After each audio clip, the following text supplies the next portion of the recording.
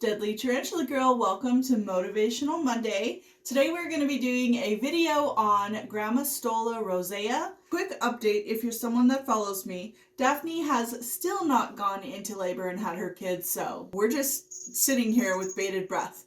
I hope you guys are staying warm during this crazy Arctic chill if you're here in the US. It has been nutty. Let's talk for just a minute about the species Grammostola rosea, also known as the pink-toe tarantula, just the most common pink-toe tarantula. There are some books, such as the World Spider Catalog, which say that these are the same species as Grammostola porteroi. But you can see some of my other books here. Cosmos Buch Vogelspinnen, for one, does list, here they show the porteroi as being endemic to Chile, and the rosea being endemic to Bolivia, Chile, and Argentina. This book is one resource that considers them two different species. However, other resources that you read will list them as the same species and actually just two different color forms. So the porteroi is more like a grayish brown, and the rosea is much more red pink. And you're going to see one right now. This is a young Grammostola rosea, and I believe it's a rosea because it is definitely more pink. It's starting to get its adult coloration. For the record, when I show this is not the habitat of this animal. This is just a little display enclosure that I set up so you guys can see the animal. This is a burrowing species. You often will not see them. They come out at night. They are nocturnal, and because they will burrow in substrate in an enclosure, I went ahead and took her out of her enclosure so you could get a nice look at her.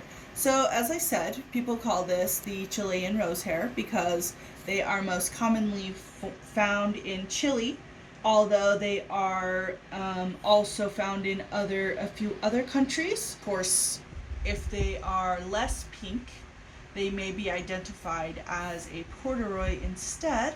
We already talked about that. This South American species likes to be kept relatively warm. They are endemic to the scrublands and typically like being kept in the 70 to 85 degree range and relatively moist because their burrows that they find are somewhat moist. So I would say about a 60% humidity level for this animal. This species is pretty slow growing, and therefore the females are known to live a fairly long lifespan.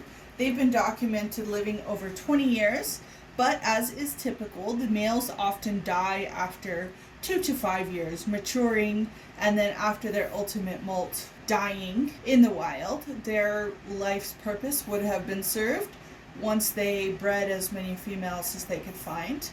This is not a super prolific species. They're often documented having 25, 50, maybe up to 200 spiderlings, whereas some species have hundreds and hundreds, even over 1,000. The biggest egg sac I've ever had, and that was from a Nandu chromatus, if I'm not mistaken, was about 1,300 babies. And there are species that are even more prolific than that. So, not a huge producer. As most New Worlds, this is a species that has urticating hairs. They can kick them off, although they are known to be more docile, and so do not tend to kick hairs as much as some other species.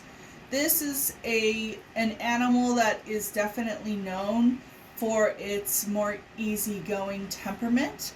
They are often listed as a good beginner tarantula, good classroom pets, and a tarantula that some would consider handleable, although they are a venomous species, as all tarantulas are, and you would need to know that there is a possibility of being not only bitten, but actually envenomated. Now, sources have documented their venom to be less potent and not considered medically significant to humans, meaning it's not likely to threaten your life. However, there is always the possibility of having an allergic reaction, as people are known to die from simple bee and wasp stings. So you need to always be careful. This is a ground-dwelling species that is going to be happy in a lower enclosure.